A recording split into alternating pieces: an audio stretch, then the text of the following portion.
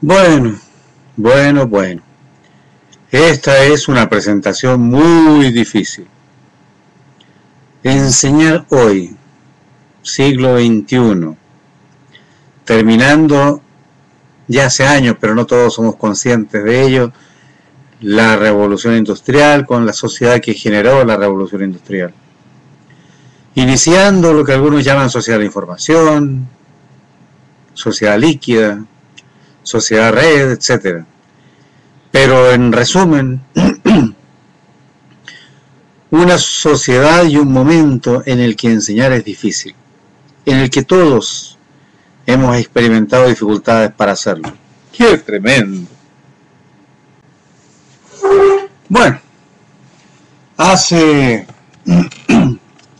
unos 50 años que empecé a enseñar y era tremendamente fácil. Íbamos en Osorno, en el sur de Chile, desde nuestro colegio a un colegio donde había niños menores que nosotros, y enseñábamos a ellos. En el fondo, fortalecíamos lo que nosotros estábamos aprendiendo y al mismo tiempo compartíamos con ellos. Era muy fácil, era tremendamente fácil. Los logros de los chicos eran altísimos, aprendían mucho con nosotros. Y no nos poníamos a darle una clase frontal, sencillamente nos poníamos a conversar con ellos con uno o dos chicos en un pupitre y íbamos conversando, además de, entre otras cosas, de lo que ellos necesitaban aprender. Se suponía que estaban atrasados por algún motivo, pero los resultados fueron buenos. Después, con los años, dejé la línea pedagógica y me hice ingeniero informático. Pero se me ocurrió hacer un doctorado en sistemas expertos y allí tuve que ver el aprendizaje de máquinas, la inteligencia artificial. Y al ver cómo aprendían las máquinas, me entró la duda acerca de cómo aprendíamos nosotros, los humanos. A partir de ese momento, mi vida fácil, tranquila, determinista, con líneas seguras, se complicó y sigue complicada hasta el día de hoy. Participando en distintos proyectos, especialmente de investigación, en aprendizaje y en uso de tecnologías para apoyar el aprendizaje, me ha tocado sufrir el intento de aprendizaje y el intento de enseñanza de muchos profesores en distintos entornos y en distintos contextos. De partida he visto que la clase tradicional no sirve, la clase frontal no sirve, y he visto también con desesperación, con una terrible desesperación, cómo el profesor se aferra a esa clase frontal, a esa clase tradicional que le confiere autoridad sobre esos niños, sobre esos jóvenes, en que les puede decir: quédense quietos, no hablen, mírenme solamente a mí. Pero aunque lo estén mirando solamente a él, ¿qué están pensando? Y probablemente siguen enviando mensajitos, SMS, WhatsApp, etcétera, desde el celular que tienen escondido en el bolsillo. La clase frontal de hoy no sirve. No sirve porque ya no es posible mantener esos niveles de atención dictatoriales que se tuvieron en el tiempo de la revolución industrial. No es posible. El profesor tiene demasiados elementos en contra como para seguir en ello. Primero, no va a conseguir silencio para hablar a no ser que él grite mucho. Tener atención es difícil. No basta con que grite, con que aparentemente lo escuchen. Tienen que escucharlo realmente y eso es complejo. Después tienen que respetarlo como persona que sabe, como gran sapiente. Y después, cuando revisen el conocimiento que el profesor tiene en internet, lo que él ha dicho tiene que ser validable. Cualquier falla que pueda ser refutada o cualquier opinión que pueda ser refutada, ya sea desde Wikipedia o desde algún elemento similar, lo lanza al suelo. Por eso la clase frontal no sirve. No sirve. La clase tradicional tampoco sirve para el estudiante que quiere aprender realmente, porque mientras está escuchando al profesor, se le ocurren miles de cosas más, pero no tiene cómo seguirlas. No le entrega a esa clase caminos para seguir desarrollándose posteriormente. Solo le entrega lo que el profesor dice, como en este caso, esta misma diapositiva y esto que yo estoy diciendo. Insisto, la clase tradicional no sirve. No sirve para mostrar lo que quiere ver, escuchar, sentir, experimentar el estudiante actual. Quiere más que un señor o una señora, o una señorita o un señorito, hablándoles desde delante, detrás de un escritorio y delante de una pizarra. No es suficiente. No sirve para que el estudiante aprenda lo recibido. No tiene tiempo para hacerlo en una hora de clase, en una hora de cátedra. No tiene tampoco espacio para socializarlo. No está conversando con sus iguales para socializar el conocimiento que está adquiriendo. No está en condiciones de construir conocimiento él. Solo está recibiendo en una clase tradicional. No lo puede incorporar, no lo puede compartir. Tampoco la clase tradicional le ofrece una continuidad con respecto al elemento con el que se está trabajando para que éste sea comprendido en una realidad mayor. Por eso, por no ser transdisciplinaria, tampoco sirve la clase actual. Porque además tampoco le permite al estudiante que esté en condiciones de generar sus propios caminos para aprender. No le deja iniciativa, lo transforma en un ser receptivo, lo obliga a estar allí esperando. No le enseña ninguna competencia válida, ninguna capacidad válida, ninguna destreza válida para su vida posterior en la sociedad digital. Al profesor actual, en la clase actual, los estudiantes no le dan bola, no lo pescan, no lo escuchan, no lo soportan. Los estudiantes se aburren, se hacen burros, se aburran en una clase tradicional. No se motivan, no tienen cómo motivarse. ¿Cómo se van a motivar si solo tienen que escuchar? Ellos necesitan hacer más cosas, todos los estudiantes, desde los preescolares hasta los postuniversitarios. Además, si algún estudiante está interesado en un tema, en alguna parte ha visto algo de ese tema, en televisión, en internet, en un libro, y seguro que era más interesante que como se lo dice el mismo profesor de siempre.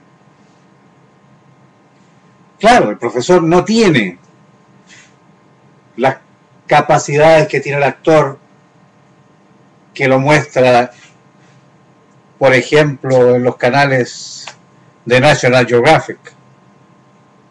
No tiene ni la voz, ni la actitud, ni los efectos técnicos que tiene el otro. Y tampoco tiene la capacidad de hacerlo veloz, rápido y de intercambiar distintos hilos como ocurre en una película actual. Por eso a veces, para los estudiantes, es más real la historia contada en una película que la historia real vista por 500 canales distintos de atención. ¿Qué nos ocurre en general? ¿Por qué tanta falta de diálogo entre nosotros y nuestros estudiantes? Desgraciadamente hay que reconocer algo. Hemos sido formados en una sociedad residual, en lo poco que quedaba de la sociedad industrial. Somos residuos de una sociedad que tuvo sus paradigmas y que tuvo sus parámetros. Pero esa sociedad nos dejó en una sociedad en transición y en una sociedad nueva. A pesar de eso, es como el que ha vivido mucho tiempo en una ciudad y se traslada. Quiere mantener, añora elementos de donde estuvo. Añoramos elementos seguros de la sociedad industrial. Añoramos el trabajo de por vida. Añoramos las industrias donde se podía ir a trabajar y buscar trabajo. Añoramos una sociedad más firme que la sociedad líquida de la que nos habla Bauman. Añoramos una sociedad más simple y no tan compleja como lo que nos dice Morán. Pero desgraciadamente la sociedad industrial no existe más. No necesitamos tampoco los estudiantes que se formaban para ella. No necesitamos personas formadas en serie, en una línea de montaje educativo. Los alumnos esto lo saben, lo intuyen y dicen, mejor me voy, porque aquí me están formando para un pasado y no me están formando para un presente, ni para un futuro, porque ese futuro, si bien yo no lo conozco, el profesor tampoco tiene idea. Necesitamos una formación en que no se privilegie tanto la disciplina por sobre la creatividad.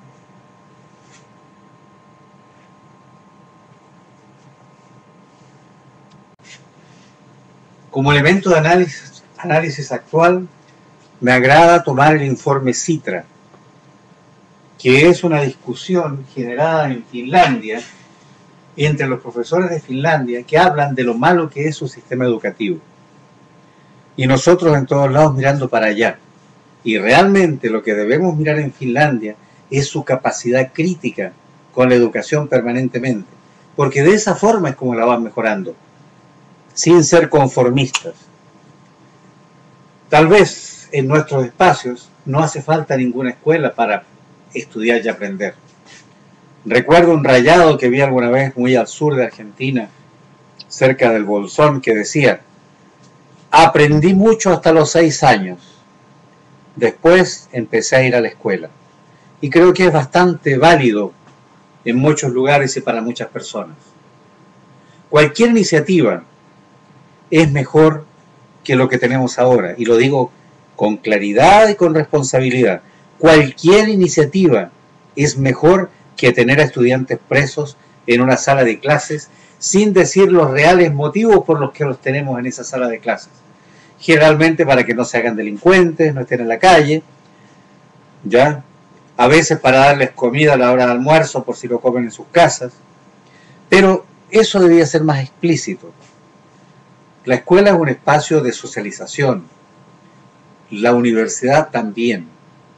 Aprovechémosla para eso y veamos formas de mejorar la parte de aprendizajes, mejorando las enseñanzas. El fracaso actual de la escuela de la sociedad industrial está archidemostrado. Doy 2 nombres, como quien dice y muestra 2 agujas. Ken Robinson, que ustedes pueden encontrar sus videos en internet en cualquier momento, traducidos al castellano o subtitulados, muy interesante. Y Sugata Mitra, el señor del agujero en la pared de la India, Ken Robinson británico. Ellos dos son ejemplos interesantes para leer, para escuchar.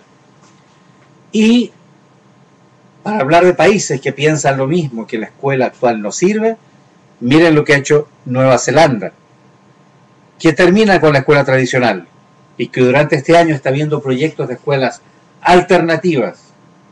Por ejemplo, como las escuelas generativas que parten en San Luis, como las escuelas digitales también de San Luis. Provincia que realmente iniciativas tiene y alternativas va mostrando.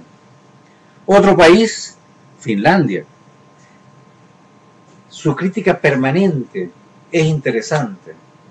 Critiquemos y analicemos, crítica constructiva. Y otro espacio interesante que olvidé anotar en la diapo, pero que lo dejo en lo vocal, Japón. El trabajo entre los profesores de una escuela después de una clase para compartir sus dudas, para compartir sus resultados, es también un ejemplo que podemos seguir. Es muy interesante. ¿Qué nos queda entonces hacer? ¿Cómo operamos a partir de ahora? Ya. Primero, hagamos nuevas propuestas. Hagamos muchas nuevas propuestas. Hagamos nuevas clases. Cambiemos la dinámica de la clase. Siempre. No repitamos lo que sabemos que no sirve, que no es válido. Y el elemento principal de la clase, abramos a los estudiantes sus ojos.